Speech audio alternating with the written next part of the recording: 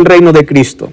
Daniel capítulo 9 habla de Cristo como sacrificio, santuario en pleno, Jesús es sacerdote, sacrificio, habla del Calvario y del santuario. ¿Cómo termina el capítulo 9? En el reino de Dios. Capítulo 12 habla como Cristo guerrero celestial. Miren ahora, rey soberano, rey y juez, sacerdote, sacrificio, libertador. Liberación final. ¿Cómo termina el capítulo 12? En el reino celestial. ¿Cuál es el centro de todo que desenvuelve el libro de Daniel? Un gran conflicto en la tierra, pero con un final glorioso. La segunda venida de Cristo. El foco principal es el establecimiento del reino de Cristo. Nosotros ya vimos la profecía de los 2300 años, de los 1335 días, 1295 días, y hay fechas importantes en la profecía, como 538 para el inicio del poder papal, un poder absolutista, hasta 1798, que fueron 1260 años de persecución. Otra fecha es 1844, porque mientras en el cielo hubo un santuario purificado, Dios levantó un pueblo aquí en la tierra. Solo que de ahí en adelante no hay más fechas. ¿Qué cosa tenemos? El sellamiento, ¿verdad? Ahora vamos a ver sobre el sellamiento y la marca de la bestia. Allí nos quedamos, recuerden, en el capítulo anterior. Entonces, ¿qué cosa ocurre después que el pueblo de Dios es sellado y después que la marca de la bestia es impuesta? ¿Qué cosa es la marca de la bestia? Es la imposición de un falso día de adoración. A eso se llama marca de la bestia. ¿Y por qué dice 666? Porque el número 6 es número de hombre, y el número de hombre es número de desobediencia, deslealtad contra Dios. Recuerdan que yo les hablé en capítulo 3 de Daniel, que en el último tiempo habrá una religión impuesta, porque ahora nuevamente se unirá ¿quién? El Estado con la religión. ¿Para qué? Y todos los acontecimientos de hoy están llevando a eso. Ustedes ven cada vez más cerca política y religión. En nombre de Dios hacen cosas. Cada vez hay más alianzas que nosotros vemos.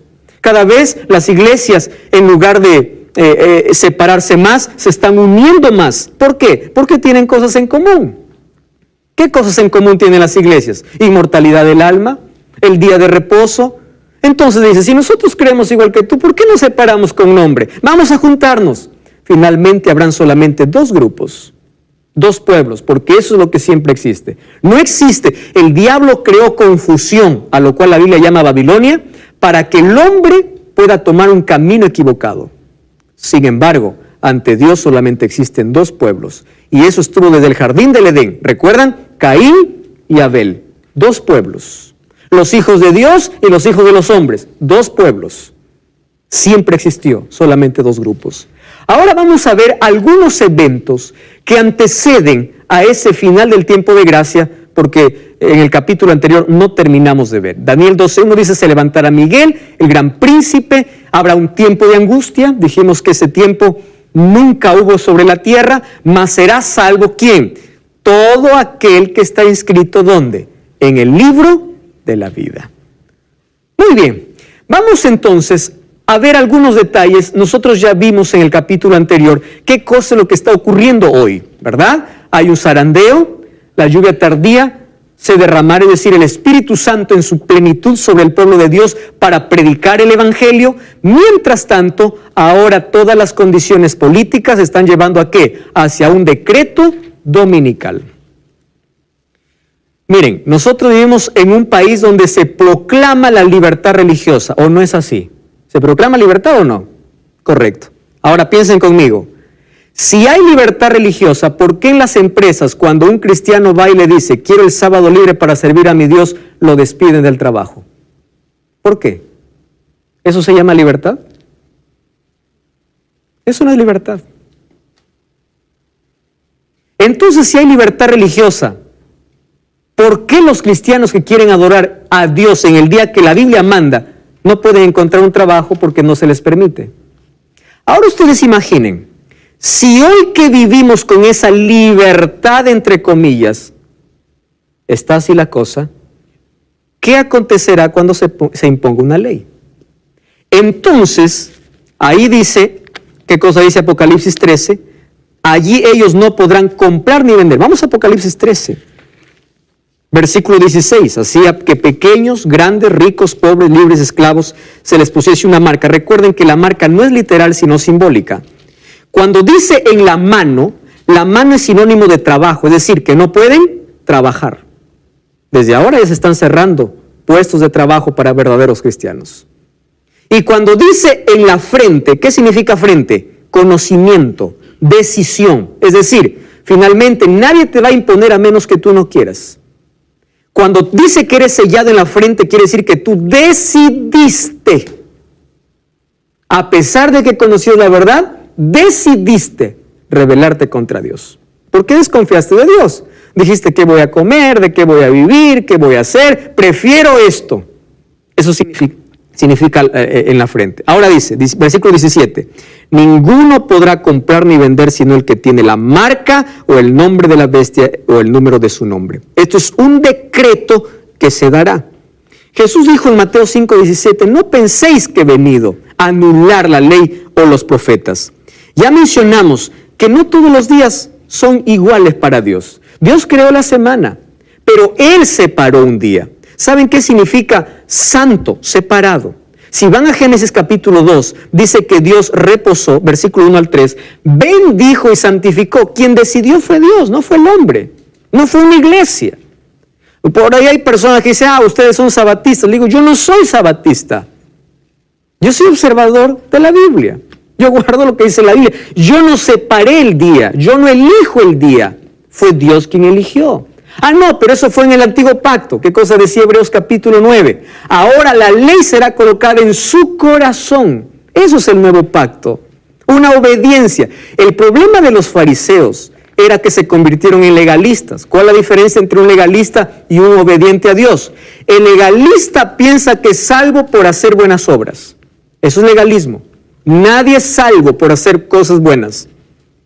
¿Qué es un cristiano? Un cristiano cree que se salva por la gracia de Dios, pero la gracia da frutos. ¿Y cuáles son los frutos? La obediencia, la fe. Eso es fruto. ¿Correcto? Somos salvos por gracia. Y si ustedes leen Santiago 2:10 al 12, dice que seremos juzgados por la ley. Ahora piensen conmigo. Si hay un juicio, en un juicio tiene que haber ley. Sin ley, ¿cómo vas a juzgar? ¿Cómo vas a condenar? ¿Comprenden este asunto? No es un asunto simple de día. Se trata de lealtad. Se trata de adoración, como ya lo vinimos mencionando. Ahora, ecumenismo religioso. Cada vez más unidad entre las religiones. El último pregón, ¿qué significa? El último mensaje de advertencia al mundo. Esto no sabemos en qué momento se da. Es la última advertencia. Es hora de poder volver a la palabra de Dios. Es por eso que hoy Dios permitió los medios de comunicación para que miles de personas estudiaran la Biblia. Para que nadie pueda decir, yo nunca conocí acerca de eso. Muy bien, ¿qué sucede allí entonces? Cuando ocurra esto, es decir, el decreto dominical es la señal visible de que Cristo está a punto de salir. ¿Correcto? A punto de terminar la gracia en el cielo. Ahora, ¿cuál es la señal visible de que ya no hay más gracia? Vamos a Apocalipsis capítulo 15. Apocalipsis capítulo 15. Versículo 8. Dice así, el templo se llenó de humo, hablando del santuario, por la causa de la gloria de Dios y por la causa de su poder. Nadie podía entrar en el templo hasta que se cumplieran, ¿qué cosa? Las 7 plagas. Ahora, a ver si comprenden aquí. Cuando hay un decreto dominical y los hijos de Dios no pueden comprar ni vender, pierden todos sus derechos. Y empieza una persecución. ¿Correcto? Ahora, el pueblo de Dios empieza a salir de las grandes ciudades. No todos saldrán, algunos se quedarán, porque todavía la gracia aquí no se ha terminado. Sin embargo, cada vez la presión será más fuerte y la angustia comienza. ¿Por qué? Porque el momento cuando dice Miguel se levanta es cuando Cristo cierra los libros en el cielo y dice lo mismo que en la cruz, consumado es. Jesús dijo en la cruz consumado es porque la salvación estaba abierta para todo ser humano. Cada uno tenía la libertad de elegir. Pero ahora cuando sale del lugar santísimo, dice, hecho está, ¿por qué? Porque hasta aquí cada ser humano eligió mi sacrificio o rechazó mi sacrificio. Hecho está. Y ahí es donde la Biblia dice, el que es justo sigue injusto. Porque ya no hay más gracia. Es decir, el Espíritu Santo ya no más trabajará en el corazón, porque el arrepentimiento es la acción del Espíritu Santo. Y si no hay Espíritu Santo, no hay más gracia, o no hay más perdón. Ahora, cuando Cristo sale del lugar santísimo, ¿para qué sale? Ahora ya, ahora está preparado para venir como Rey de Reyes. Deja su función de sumo sacerdote, y ahora ¿qué cosa falta? Venir como Rey de Reyes. ¿Ustedes se acuerdan del santuario y la expiación? ¿Qué hacía cuando el sacerdote salía? ¿Qué hacía cuando el sacerdote salía y ya estaba expiado todo? Allí el pecado iba a ser puesto sobre un macho cabrío y ser llevado al desierto. Cuando Cristo sale del santuario, el santuario es purificado, y cuando Cristo regresa, ¿quién es ese macho cabrío que va al desierto? Cuando Satanás se queda aquí atado por 1000 años, para finalmente ser destruido. Así como ocurrió en el pueblo de Israel, ocurrirá exactamente. Ahora, fíjense un detalle más. 7 plagas caerán sobre la tierra.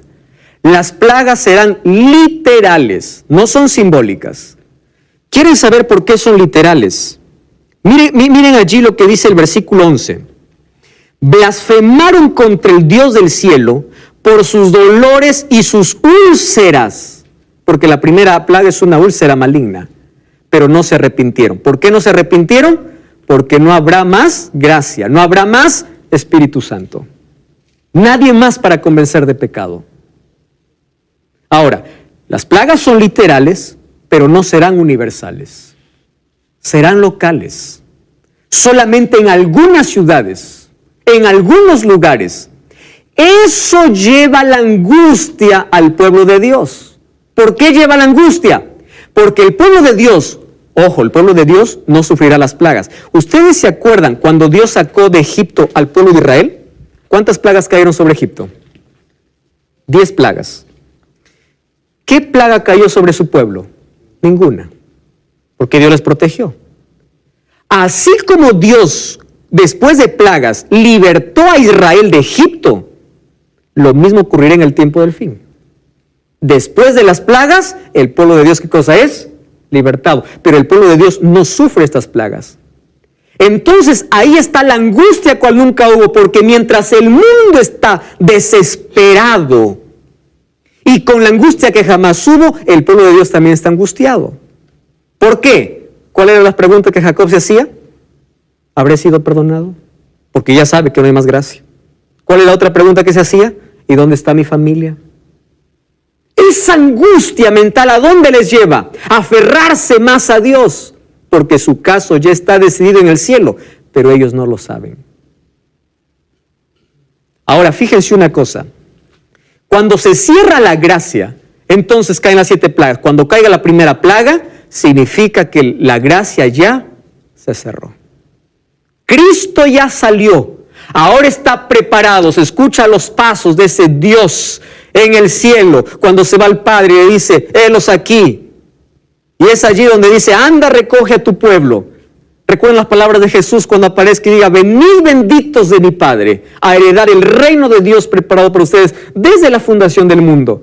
El reino de Dios es para todos, pero ellos eligieron estar en ese reino. Por eso son bienvenidos.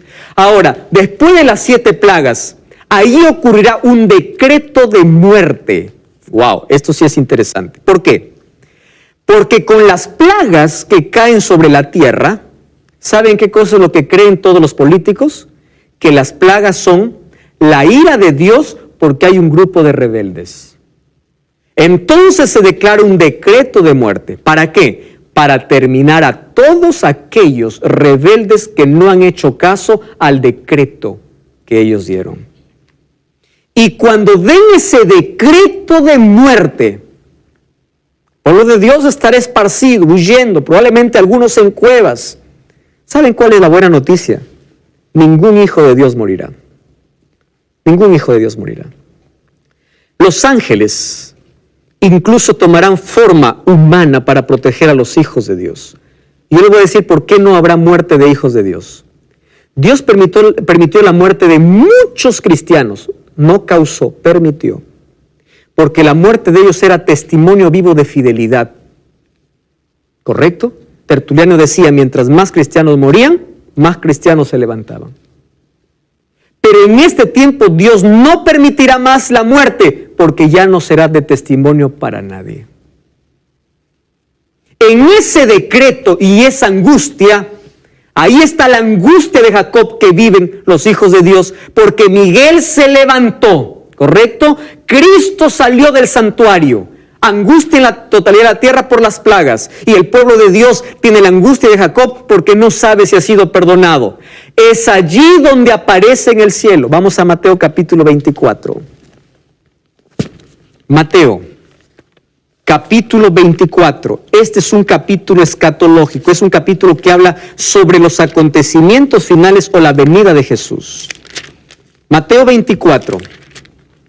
Dice así el versículo 27. Porque como el relámpago que sale del oriente y se muestra hacia el occidente, así será la venida del Hijo del Hombre. En ese momento, ahora quiero dejar en claro algo. La venida de Cristo será visible, no secreta. ¿Qué de secreto hay en un relámpago? No hay ningún secreto. Apocalipsis 1:7 dice, he aquí vienen las nubes y todo ojo lo verá. ¿Qué significa todo ojo? Todos. Todos verán a Jesús. No existe que Jesús viene a robar a su pueblo. Ese es un texto sacado de su contexto que ahora yo te voy a explicar. Ahora, de ahí empieza a mostrar algunas señales. Fíjate allí lo que dice el versículo 42. Velad y orad porque no sabéis la hora en que el Hijo del Hombre va a venir. Entonces algunos piensan que Jesús vendrá a robar a su pueblo porque toman el versículo 40 y dicen, dos estarán en el campo, una será tomada y la otra será dejada. Algunos dicen, entonces Jesús viene, roba a su pueblo, uno es dejado, el otro es tomado. Dos mujeres estarán moliendo un molino, una será tomada, la otra dejada. ¿Dios está diciendo que va a robar a su pueblo? Claro que no. Lo que está diciendo aquí Jesús es lo siguiente: cuando el Hijo del Hombre venga, habrá un preparado para ir con él y uno que no se preparó. Ahí están las 5 vírgenes prudentes y las 5 vírgenes fatuas. Lo que está diciendo aquí Jesús es que la salvación es personal. Pueden vivir juntos en una casa, pero el Padre no salvará al Hijo. Cada uno se salvará por su propia decisión. Es por eso que aunque vivan juntas, uno se salvará y el otro no. ¿Por qué? Porque la decisión es personal. Jesús no robará a su pueblo. Su advenimiento será glorioso. Será literal. Todo ojo lo verá. Número 2. La venida de Jesús será audible. 1 Tesalonicenses, ¿recuerdan? Capítulo 4, versículo 16. ¿Qué cosa dice? ¿Qué dice 1 Tesalonicenses 4:16? Dice así: el Señor mismo con voz de mando, con voz de arcángel y trompeta de Dios, descenderá del cielo. ¿Quién no escucha el sonido de una trompeta? Y allí dice, y los muertos en Cristo resucitarán primero. La decisión es en vida. Nadie te salva de muerto. Una oración no te lleva al cielo. Los muertos en Cristo, aquel que aceptó en vida Cristo, va a resucitar. Por eso es que la resurrección es tan real y es nuestra esperanza. Hoy estamos hablando acerca de Daniel capítulo 12 sobre la venida de Cristo. Jesús vendrá después que terminó la gracia, después que las 7 plagas caen, después que habrá un decreto de muerte y una angustia para el pueblo de Dios. Jesús vendrá en gloria y majestad. Y hasta aquí vimos que Jesús vendrá de forma visible y también, según 1 Tesalonicenses, de forma audible. Es decir, todos lo verán y todos lo escucharán. ¿Tienes una pregunta? Sí. Creo que debe ser de duda para muchos. Bueno. Dice, todo ojo le verá y será audible. Exacto. Para todos por el toque de la trompeta. ¿De qué forma lo vamos a ver? Porque teniendo claro de que la tierra es redonda y eso me llama la atención, ¿cómo lo vamos a ver todos? Gracias. ¿Y cómo lo vamos a lograr escuchar todos? Gracias por tu pregunta. Nosotros sabemos que mientras estamos aquí de día, en el otro lado es de noche, ¿verdad? El sol no puede iluminar toda la tierra porque la tierra gira y es redonda. ¿Cómo será el evento de la venida de Cristo? Será un evento único, sin antecedentes en toda la historia. El poder del Creador ahora no es una criatura o una cosa creada que es como el sol que ilumina solo parte de la tierra. Ahora yo voy a responder tu pregunta con Mateo 24. Jesús, hablando del tiempo final, habla así desde el versículo 4. Dice: mirad que nadie os engañe. Muchos vendrán en mi nombre diciendo yo soy el Cristo, a muchos se engañarán. Si nosotros continuamos el capítulo 24, el versículo 11 dice: muchos falsos profetas se levantarán, engañarán a muchos. Continuamos leyendo versículo 24. Se levantarán falsos cristos y falsos profetas, harán grandes señales de tal manera que engañarán aún a los escogidos. Los he dicho antes, así que si os dice: mirad, ya llegó, está en el desierto, no salgáis, o está en los aposentos, no lo creáis. ¿De qué está hablando? De la venida de Cristo. Porque el siguiente versículo dice: porque como el relámpago que sale del oriente y se muestra al occidente, así será la venida del Hijo del Hombre. ¿En qué contexto está hablando Jesús? De que habrá muchos que dirán: llegó y está en tal lugar. Una pregunta que puede ser es que todo ojo lo va a ver a través de internet, a través de la TV. Si fuera así, entonces la venida de Cristo no sería gloriosa. Entonces no todos participarían, entonces por internet también podríamos viajar al cielo. No sería literal. ¿Dónde estaría el arrebatamiento y el arrebatamiento glorioso de los justos? Miren lo que dice 1 Corintios capítulo 15. Vamos a 1 Corintios. Capítulo 15, versículo 51. Dice así la Biblia: os digo un misterio, no todos dormiremos, pero todos seremos transformados. En un momento, en un abrir y cerrar de ojos, ¿qué cosa se repite una vez más allí? A la trompeta. Es decir, no es que todos van a estar conectados en ese momento: va a venir Jesús. No, todos lo escucharán. A la final trompeta, ¿qué cosa ocurrirá? Dice, porque se tocará la trompeta y los muertos serán resucitados incorruptibles y nosotros seremos transformados. Es necesario que esto corruptible se vista de incorrupción, esto mortal de inmortalidad. Cuando esto corruptible sea vestido de incorrupción, esto mortal de inmortalidad, entonces se cumplirá la palabra: sorbides la muerte en victoria. ¿Dónde está, oh muerte, tu aguijón? Ahora, versículo 58 dice: así que, hermanos míos, estad firmes y constantes, creciendo en el trabajo siempre, sabiendo que vuestro trabajo no es en vano. ¿De qué está hablando? De ese momento. Los vivos, ¿qué cosas serán? Transformados, y los muertos resucitarán. ¿Dónde está la idea de que el muerto cuando muere va al cielo? Si los muertos van al cielo cuando mueren, ¿qué cosa resucita? ¿Qué cosa sale? ¿Dónde está de que los santos están en el cielo intercediendo? Pablo dijo a Timoteo: yo estoy para ser sacrificado, en 2 Timoteo 4, 7 y 8. Y yo, dice, voy a esperar aquel día. ¿De qué día está hablando? De la segunda venida de Cristo. ¿Y saben qué cosa dice la Biblia? Nadie irá delante al cielo. Es decir, nadie antecede, porque estarán juntos, ¿quiénes? Los vivos, ¿verdad? Aquellas personas vivas que se prepararon serán transformadas. Y los muertos en Cristo resucitarán ya transformados. Es decir, muertos y vivos irán juntos al cielo. No es que nadie va primero al cielo a disfrutar y luego baja y luego se va. Nadie se irá primero. ¿Comprenden esto? Esto es Biblia. Esto no es filosofía griega. Porque la filosofía griega nos ha metido eso en la cabeza. Ahora, fíjense otra cosa. ¿Y qué sucederá con las personas vivas, pero que no están preparadas? Vamos a Apocalipsis capítulo 6. Apocalipsis capítulo 6 habla acerca de qué ocurrirá con esas personas que no se prepararon para ese encuentro. Allí, cuando vamos a los últimos versículos, versículo 15 o el versículo 14 habla de la venida de Jesús. El cielo se replegó como un pergamino. Aquí respondo una vez más tu pregunta, que ese será un evento glorioso. Nunca se ha visto que el cielo se replegue como un pergamino. Se enrolla, dice, y todo monte y toda isla fueron removidos de sus lugares. Los reyes de la tierra, grandes, ricos, capitanes, poderosos, esclavos, libres, se escondieron en las cuevas y entre las peñas, y decían a los montes y a las peñas: caed y escondednos del rostro de aquel que está sentado sobre el trono de la ira, porque el día de su ira ha llegado, y ¿quién podrá sostenerse en pie? ¿Por qué dice escondernos? Porque ellos saben quién es, conocen a aquel que está viniendo. No es alguien extraño. ¿Cómo podemos sostenernos en pie? Ahora, la pregunta es, ¿qué sucede con aquellos que murieron sin Cristo? Vamos a Apocalipsis capítulo 20. Apocalipsis capítulo 20, versículo 5.